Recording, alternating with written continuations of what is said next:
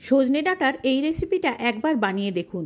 এই সহজ অথচ দুর্দান্ত স্বাদের সজনে ডাঁটার রেসিপি একবার যদি বানান, খেয়ে দেখার পর সজনে ডাঁটার অন্য রেসিপি আর বানাতেই চাইবেন না। নমস্কার, আমি শ্রীপর্ণা। অমৃতকুম্ভ চ্যানেলে আপনাদের সবাইকে স্বাগত জানিয়ে আজকের রেসিপি শুরু করছি। রেসিপি বানানোর জন্য কিছু সজনে ডাঁটা নিয়েছি। এই সজনে ডাঁটাগুলো থেকে অর্ধেক পরিমাণ ডাঁটা রান্নার জন্য নিয়েছি। সজনে ডাঁটাগুলোর ছাল তুলে এইভাবে লম্বা লম্বা করে কেটে নিয়েছি। এরপর এগুলোকে জলে ভালো করে ধুয়ে জল ঝরাতে দিয়েছি। সজনে ডাঁটা সেদ্ধ করার জন্য সজনে ডাঁটার পরিমাণ অনুযায়ী জল গরম করতে দিলাম। জলটা গরম হলে দিয়ে দিচ্ছি এর মধ্যে পরিমাণ মতো নুন আর পরিমাণ মতো গুঁড়ো হলুদ। নুন হলুদটা জলের মধ্যে গুলিয়ে নিয়ে জলটা ফুটতে দেব।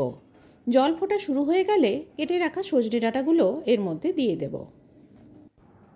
কেটে রাখা সব ডাঁটাগুলো জলের মধ্যে দিয়ে ভালো করে জলের সঙ্গে মিশিয়ে নিয়ে ডাঁটাগুলো ফুটিয়ে সেদ্ধ করে নেব। ঢাকা দিয়ে ডাঁটাগুলো 5 মিনিট সেদ্ধ করে নিয়েছি। 5 মিনিট পরে ডাঁটাগুলো একেবারে সেদ্ধ হয়ে গেছে। সেদ্ধ করা ডাঁটার জলটা এই রান্নায় অনেকটাই ব্যবহার হয়ে যাবে। যদি কিছুটা বেঁচে যায় সেটা অন্য কোনো তরকারিতে রান্না করে নিতে পারেন, কারণ এই জলটা অনেক পুষ্টিগুণে ভরা। মিডিয়াম ফ্লেমে গ্যাসে কড়াই বসিয়ে দিয়ে দিয়েছি 2 চামচ সর্ষের তেল। তেলটা ভালো মতো গরম হলে দিয়ে দিচ্ছি 1/2 চামচ কালো সর্ষে। বেশ কয়েকটা কারি পাতা ছিঁড়ে এর মধ্যে দিয়ে দিলাম। দিয়ে দিচ্ছি শুকনো লঙ্কা। কারি পাতা, শুকনো লঙ্কা, সর্ষে একসাথে ভেজে নেব। ডাঁটা সেদ্ধ করতে করতে 2 রকম সর্ষে আর পোস্ত, কাঁচা লঙ্কা একসাথে সামান্য পরিমাণ নুন দিয়ে বেটে নিয়েছিলাম। এই বাটা মশলা থেকে 2 চামচ মশলা বাটা নিয়ে জলের সাথে মিশিয়ে নিয়ে গুলে নিলাম। সর্ষে, কারি পাতা, শুকনো লঙ্কা ভাজা হয়ে গেলে এই মশলাসহ মশলা বাটা জলটা ঢেলে দিলাম। সজনে ডাঁটা নুন হলুদ দিয়ে সেদ্ধ করেছি আর মশলাটাও নুন দিয়ে বেটেছি, তাই আর নুনের ব্যবহার করব না। সামান্য পরিমাণ হলুদ দিয়ে মশলাটা এবারে কষিয়ে নেব। একটু শুকনো শুকনো হয়ে এলে, তেল ছেড়ে এলে দিয়ে দিচ্ছি সেদ্ধ করা ডাঁটাগুলো। ডাঁটাগুলো জল থেকে তুলে দিয়ে দিলাম।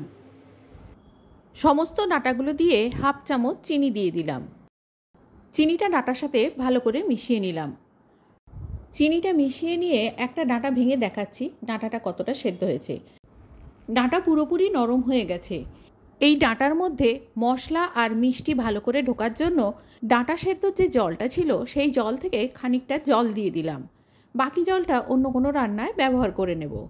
এই জলটা ভালো করে ডাঁটার সাথে মিশিয়ে নিয়ে 1 মিনিট মতো ফুটিয়ে নিচ্ছি। তাহলেই এই ডাঁটার মধ্যে মশলা মিষ্টি খুব সুন্দরভাবে চলে যাবে আর ডাঁটাটা খেতে খুবই সুস্বাদু হবে। মিনিট খানেক পর 2টো চেরা কাঁচা লঙ্কা দিয়ে ভালো করে মিশিয়ে নিয়ে গ্যাসটা অফ করে ঢাকা দিয়ে দিলাম। 5 মিনিট স্ট্যান্ডিং টাইমে রেখে পরিবেশন করে দেখাচ্ছি আজকের এই সজনে ডাঁটার লোভনীয় রেসিপি। আপনাদের কাছে অনুরোধ, রেসিপিটি একবার অন্তত ট্রাই করে দেখবেন। আজ এই পর্যন্ত। সবাই ভালো থাকবেন। ধন্যবাদ।